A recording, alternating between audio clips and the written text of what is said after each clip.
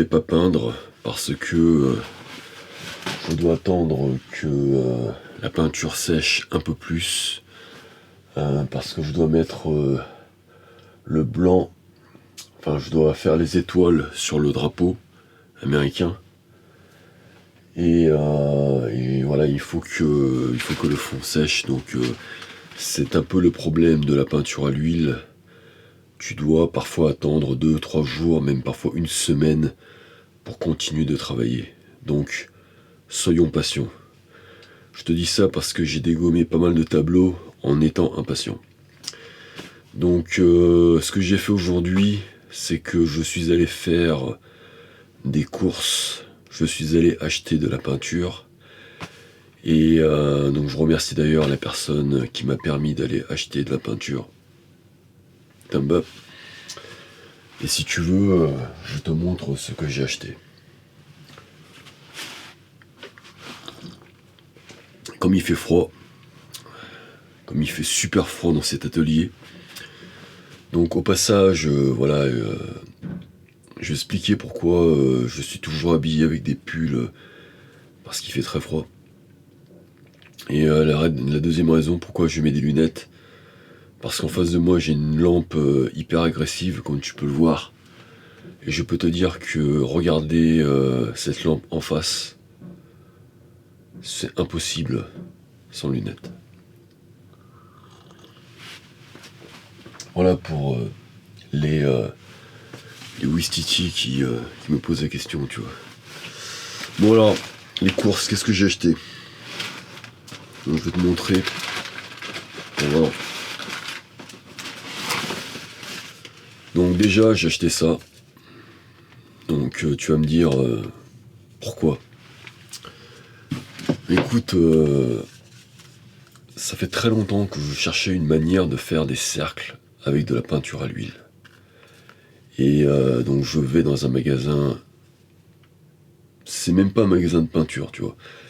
J'avais la flemme d'aller dans mon magasin de peinture habituel parce que c'est Noël, voilà, il y a plein d'embouteillages. Voilà, c'est la grosse galère actuellement pour aller en ville. Et donc j'avais la flemme, donc je suis allé dans un magasin, si tu veux, pour ceux qui connaissent Cultura. Tu vois, un magasin vraiment pour les grands-mères, pour les petits-enfants, tu vois, mais... Donc ça c'est bon à savoir pour les artistes. Ils ont quand même un rayon peinture, tu vois. Et ça aide bien, tu vois. Et le truc que je comprends pas, c'est qu'ils ont aussi un rayon musique. Ils vendent des guitares. Ils vendent des basses, tu vois, mais en mode, tu vois, des basses low cost, des guitares. Je suis musicien, je joue de la basse. Jamais je n'achèterai une basse là-bas, tu vois. Alors là, c'est sûr. Donc je sais pas qui achète ça. Je pense que cela ne se vend pas. J'ai vu personne en acheter. Par contre, franchement, dans ce magasin, tu trouves des choses incroyables. Et pas cher, tu vois. Ça, j'ai acheté combien? Ça m'a coûté 3 euros. Mais ça, c'est extraordinaire, tu vois. C'est extraordinaire, tu vois, pour faire des cercles. Ça, c'est génial. Ça, c'est une journée de travail économisée. Une journée de travail économisée, tu vois. Donc, merci Cultura. Je te fais de la publicité, tu vois. Ce n'est pas une vidéo sponsorisée. Donc j'ai acheté ça. Ensuite, j'ai acheté ça, mais... Chut, faut pas le dire. C'est pour un cadeau de Noël. Je sais pas si ça va plaire. Et attention! Alors ça, vraiment, je pense que ça, c'est le truc... Mais j'ai halluciné quand je l'ai trouvé. Tu vois, aujourd'hui, comme je n'allais pas peindre, j'allais me taper 2 heures de découpage. Très souvent, dans mes tableaux, j'utilise des pochoirs. C'est une méthode qu'utilise aussi Banksy. Ça me permet d'avoir une certaine forme de précision dans mes tableaux. Et donc pour faire... Attends, je vais pas spoiler, tu vois. Donc pour faire les étoiles du drapeau américain, tu vois, j'avais comme projet d'imprimer des étoiles à la bonne échelle. Donc déjà c'est vachement de travail pour trouver l'échelle exacte. Et ensuite, tu découpes la feuille imprimée, tu la colles sur un support en roof mat, tu découpes le roof mat, et ensuite tu obtiens ton étoile. Donc c'est 1 heure de travail, minimum, 1 à 2 heures de travail, parce que voilà, il faut être précis, etc. etc. Et donc moi je vais à Cultura pour m'acheter de la peinture. Puis tu vois, je t'ai souvent parlé de la raison pour laquelle je peignais, et il y a une raison divine. Ce n'est pas moi qui ai choisi la peinture, mais Dieu m'a choisi. Tu vois, je le dis assez souvent. Et depuis que je peins, tout se passe, on va dire, d'une manière divine. C'est-à-dire que je trouve toujours tout. Quand j'ai besoin de peinture, on m'en envoie. J'ai un ami là qui m'a envoyé des... Quand j'ai commencé la peinture, je remercie d'ailleurs mon ami, mais il m'a tellement aidé, il m'a envoyé de la peinture. C'est un truc de malade, quoi. Donc, encore une fois, merci mon ami. Et voilà, j'ai reçu, pour mon anniversaire par exemple, j'ai reçu des bons cadeaux pour acheter de la toile, des cadres. Donc tout, voilà, tout se passe très très bien. Quand j'ai voulu voyager pour aller voir des tableaux, on m'a envoyé des billets d'avion. Enfin, c'était génial. Et donc là, je me suis dit, tiens, je vais me balader, tu vois, je vais pour acheter de la peinture, donc je vais te montrer ensuite la peinture. Donc je prends la peinture, j'en prends pas mal, tu vois. Puis après, je me dis, attends, je vais me balader parce qu'il y a moyen de trouver quelque chose qui me permettrait de gagner du temps pour faire ces étoiles. Je continue, mais d'abord une bonne tasse de café pour que le froid paraisse moins froid. Excellent d'ailleurs ce café. Et là, je trouve vraiment, j'hallucine, tu vois. Regarde ce que je trouve. Ah, c'est exactement l'étoile du drapeau américain. À la bonne taille surtout. À la bonne taille. Attends, je vais quand même vérifier. Est-ce que c'est la bonne taille? Ah ouais, c'est la bonne taille en plus, putain. Parce que ça correspond à la hauteur de la bande. Et c'est la bonne taille. Ce n'est pas divin ça. Ce n'est pas divin ça. Ça m'a coûté quoi? 2 euros. 2 euros pour économiser 2 heures de travail. Et là c'est nickel, c'est parfait, c'est bien taillé. Tu vas pas te couper les doigts. C'est génial, tu vois. C'est génial, c'est génial. Donc merci Cultura, putain. Merci. Donc je suis content, tu vois. Là je sais que je vais pouvoir faire ces étoiles, ça va être génial. Donc je ferai ça demain. Donc si jamais tu aimes bien la peinture, si tu aimes bien Francis Bacon, si tu aimes bien l'architecture, abonne-toi pour savoir comment sera le tableau demain finalisé pratiquement, tu vois. Bon après, qu'est-ce que j'ai acheté? J'ai acheté de la peinture, donc je ne veux pas me montrer tous les tubes, mais en gros voilà, j'ai acheté de la peinture à l'huile. Donc là j'en ai acheté un max, tu vois, donc j'ai un sac full. Du blanc, tu vois, du blanc j'en ai acheté mais vraiment un max parce que c'est ce que tu mets le plus dans la peinture. Avec le blanc, tu vois, quand t'es en mode économique, avec le blanc tu peux tout faire, tu vois, tu peux diluer, tu mets un peu de bleu, ça fait quand même de la couleur. Donc le blanc c'est vraiment la base pour peindre. Avec ça tu t'en sors, tu vois. Et au pire tu fais un tableau blanc. Mais le blanc c'est primordial. Et le blanc, pour les connaisseurs, c'est le blanc de titane. Pourquoi le blanc de titane? Parce qu'il est beaucoup plus opaque. Et donc ça me permet justement de terminer les lignes. Et tu vois, le blanc, j'ai appris ça grâce à Tintoretto. Le Tintoret pour les Français, mais moi je préfère dire Tintoretto parce que c'est son vrai nom en fait, italien. C'est certainement l'un de mes peintres préférés, en tout cas mon peintre préféré de la Renaissance, de l'époque vénitienne, avec le Titien. Donc c'est un élève du Titien et je suis allé l'année dernière, non pas l'année dernière, je suis allé il y a 2 ans à Venise pour aller étudier les tableaux du Tintoret. D'ailleurs, je fais un petit clin d'œil à mon professeur, donc pour ceux qui ont suivi, je vais reciter le professeur X qui m'a fait découvrir le Caravage. Et on était allé une fois à Venise en voyage d'études, donc là j'étais enseignant.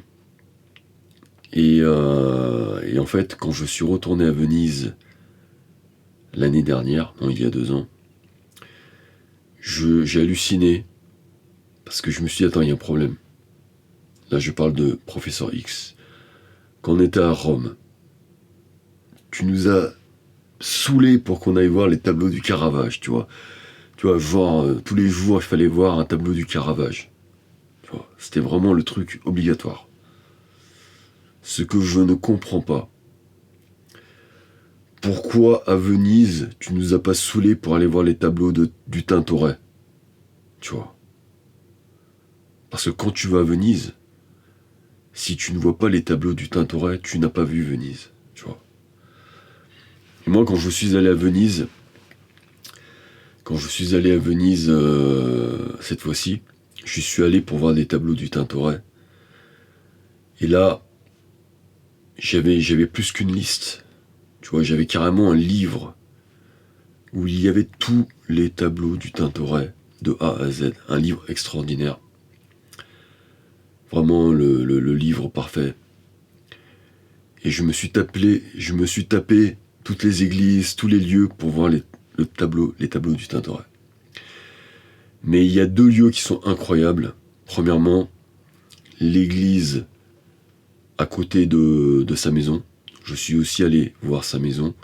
Je pense que quand tu aimes un peintre, ce que j'ai fait notamment avec Francis Bacon, c'est très important d'aller voir où il habitait, le lieu où il avait ses habitudes. Et juste à côté de sa maison, il y a une église qui est normale, tu vois, c'est pas un chef-d'œuvre. Et il y a des tableaux incroyables du Tintoret dans cette église.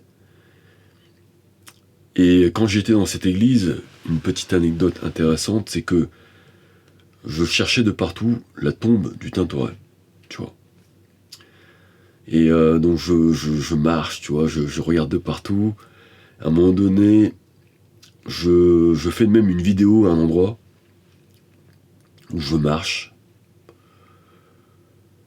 Et puis après, quand à mon retour, je me dis, putain, mais fais chier, je n'ai pas vu la tombe du Tintoret. Et en fait, là où je marchais, où j'arrêtais pas de rester pendant un certain temps, je marchais sur la tombe du Tintoret, tu vois. Et c'est là que j'ai compris, tu vois, il n'y a pas de hasard dans la vie. Tu vois, même si tu cherches pas, tu trouves, mais en fait, tu marches dessus, quoi. Donc, respect au Tintoret, l'un de GOAT, l'un des plus grands artistes de tous les temps. Mais rien ne vaut ce lieu incroyable. Attends, je vais faire une petite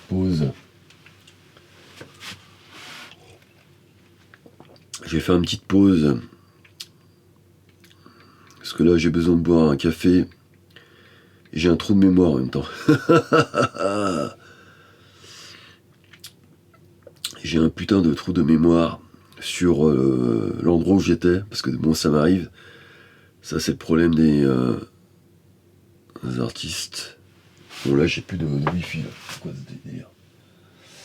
Putain, j'ai pris un répartiteur chez Bouygues, mais il ne marche pas.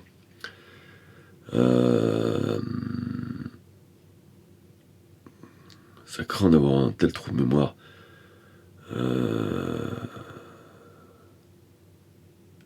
Juste me rappeler de l'endroit, des différents endroits où il y avait le Tintoret. Voilà. En fait, non, il y a 3 endroits. Donc, il y a la Galleria dell'Accademia, où là, il y a vraiment les chefs-d'œuvre du Tintoret, tu vois. Ah, il faut aller voir Galleria dell'Accademia.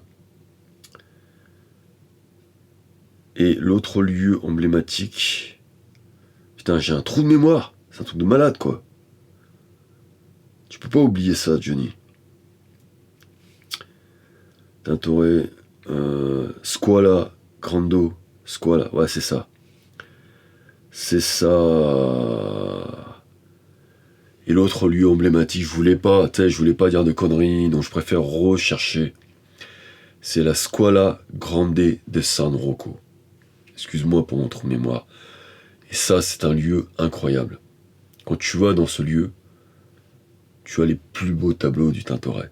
Et notamment un de mes tableaux préférés, le Massacre des Innocents. Tu vois, il est absolument phénoménal, mais tous les tableaux sont phénoménaux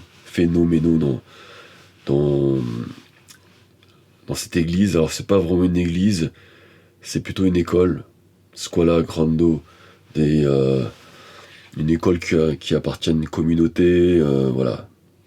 C'est une sorte, ça ressemble à une église, mais c'est pas une église. Scuola Grande de San Rocco. Scuola Grande de San Rocco. Ça, c'est un lieu phénoménal. Bon, ils nous disent quoi sur ce lieu? Bon, tu fais des recherches sur Google, tu regardes. Ah, quand j'ai vu ce lieu, ça m'a fait un peu la même émotion que quand tu rentres dans le musée du Vatican et qu'à la fin tu termines par la chapelle Sixtine du Michel-Ange. Là, quand tu vas dans Scuola Grande di San Rocco, Scuola Grande de San Rocco, tu fais waouh. Là, tu t'es calmé pour longtemps, tu vois. Tu te dis qu'aucun peintre actuel n'est à la cheville du Tintoret. Le 4e lieu, si je devais en rajouter un 4e, c'est le Palais des Doges. Là aussi, il y a des toiles de malades du Tintoret, à des tailles monumentales. Tu te dis que ton petit tableau de 155 par 117, c'est un timbre-poste à côté, tu vois. Et quand tu vois le nombre d'heures de travail, putain, tu te dis waouh, respect. Et respect pour le Tintoret, tu vois. Bon, c'est bien, tu vois. Grâce au blanc, j'ai pu parler du Tintoret, donc ça va être une vidéo sur le Tintoret. Finalement, j'avais pas prévu de faire une vidéo sur le Tintoret, mais on va dire que j'ai été fortement influencé par le Tintoret.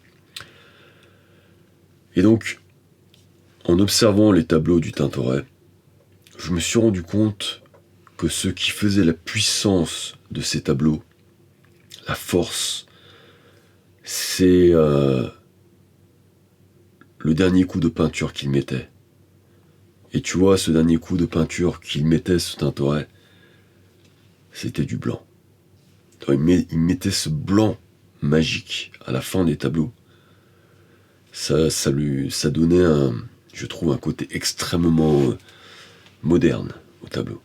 Et donc moi, hommage au Tintoret, j'ai gardé cette tradition de terminer par le blanc. C'est pour ça que tu vois sur le visage, sur le costume de Trump, ces marques de blanc qui rappellent un peu les coups de pinceau du Tintoret, finaux. Donc j'ai bien terminé par le blanc. Tu vois. Bon voilà, j'ai pris beaucoup de blanc, beaucoup de blanc.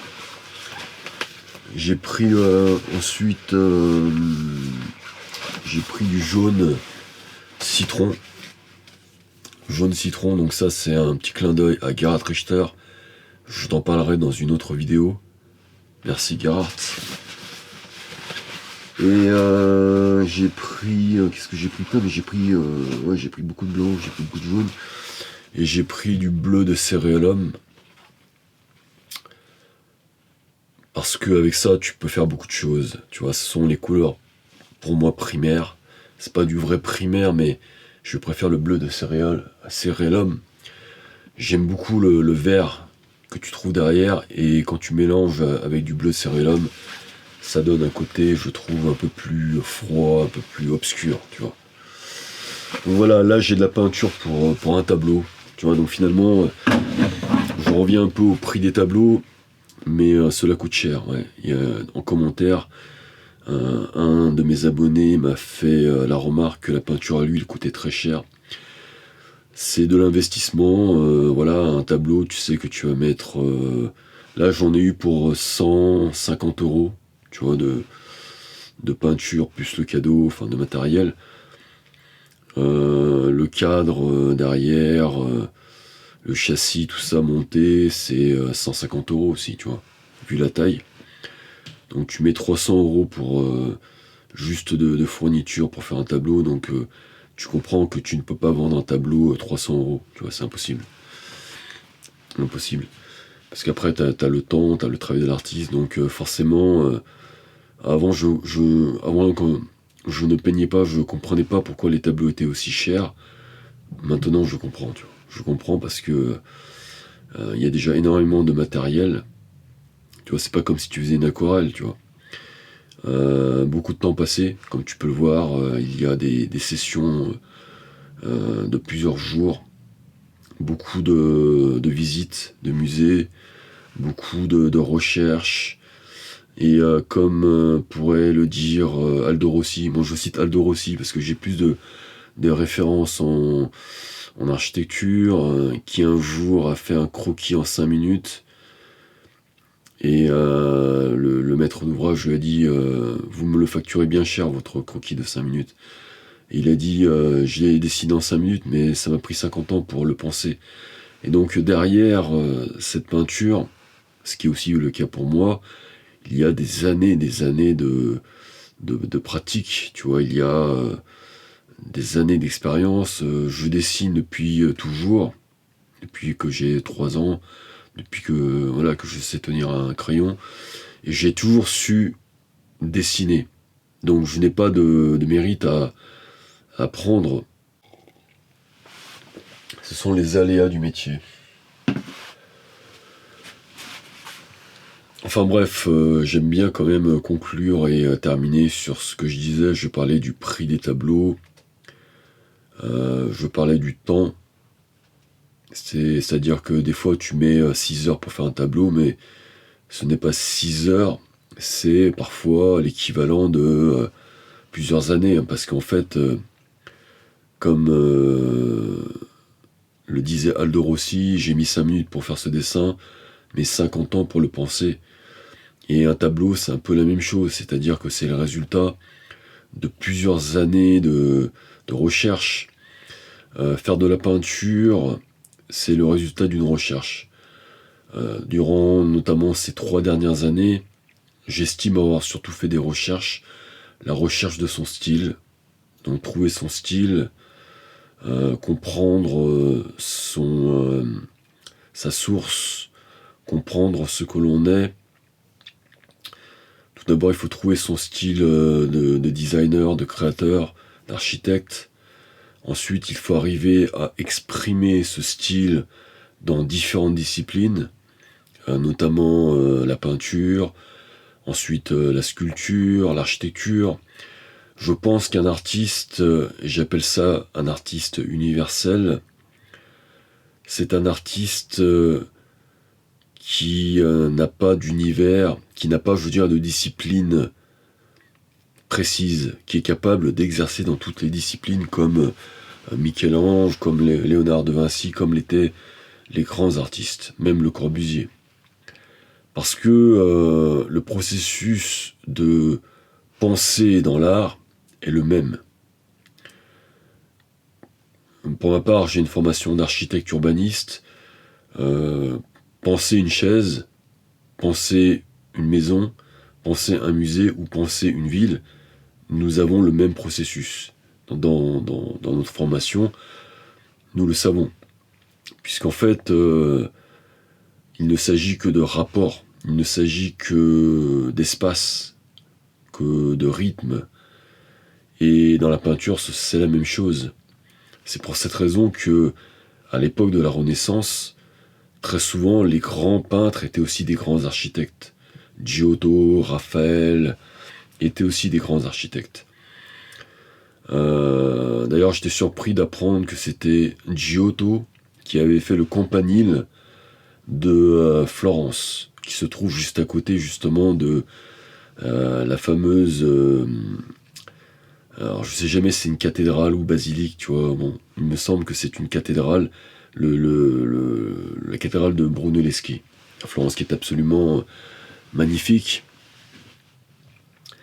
J'ai d'ailleurs l'intention de retourner à Florence parce que j'y suis déjà allé, parce que Florence, au niveau artistique, je pense que c'est une des plus belles villes au monde. Tu as Rome. Rome, je trouve que c'est une belle ville, mais je trouve que Florence est encore plus belle, parce qu'elle est plus petite, plus harmonieuse, et la densité des chefs-d'œuvre est phénoménale. Là-bas, tu vas voir le David de Michel-Ange, tu vas voir du Brunelleschi, tu vas voir du Giotto, tu vas voir justement dans la Galerie Uffizi là-bas, tu vas voir du Caravage, tu vas voir des sculptures absolument phénoménales de Michel-Ange, Giambattista, je sais jamais comment on prononce. C'est vraiment phénoménal ce que tu peux avoir à Florence. Et en tant que peintre, architecte, artiste, je crois que ce qui fait la beauté des voyages, c'est une des raisons pour laquelle cela me manque aujourd'hui, c'est que tu veux apprendre. Tu vois, moi, je me ferais chier de faire un voyage pour me reposer, pour, tu vois, pour faire du tourisme. Ça m'intéresse pas, tu vois. J'en fais de temps en temps, mais voilà, au bout de 2 jours, t'en as marre, tu vois. Ce qui est intéressant, et ce sont mes voyages préférés, ce sont les voyages d'études. Là, tu sais que tu fais un voyage de 3-4 jours, tu reviens, tu as appris plus en 3-4 jours qu'en 4 mois, 6 mois, un an, tu vois.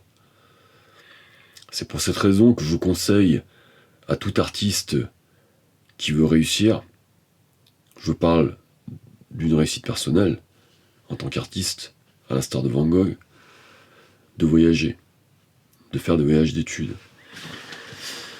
Et d'ailleurs, je trouve que les meilleurs enseignements de voyage ne sont pas forcément les musées, les tableaux, tu vois. Personnellement, quand je voyage, je ne vais pas que dans les musées, je vais aussi voir des bâtiments. Parce que je pense que dans les bâtiments, il y a beaucoup plus. Il y a une puissance encore plus forte. Tu vois, si tu vas à Rome, tu vas voir le Panthéon, tu ressors, tu as vu Dieu, tu vois. Tu ressens cette puissance divine. Tu ressens quelque chose de phénoménal, tu vois. Il paraît même qu'à Florence, à une certaine époque, il y avait le syndrome de Stendhal. C'est-à-dire que tu pouvais être tellement émerveillé par la beauté de la ville, des œuvres qui se trouvent dans la ville, que tu pouvais tomber malade, tu vois. Aujourd'hui, les gens sont un peu stupides aujourd'hui, tu vois, ils vont...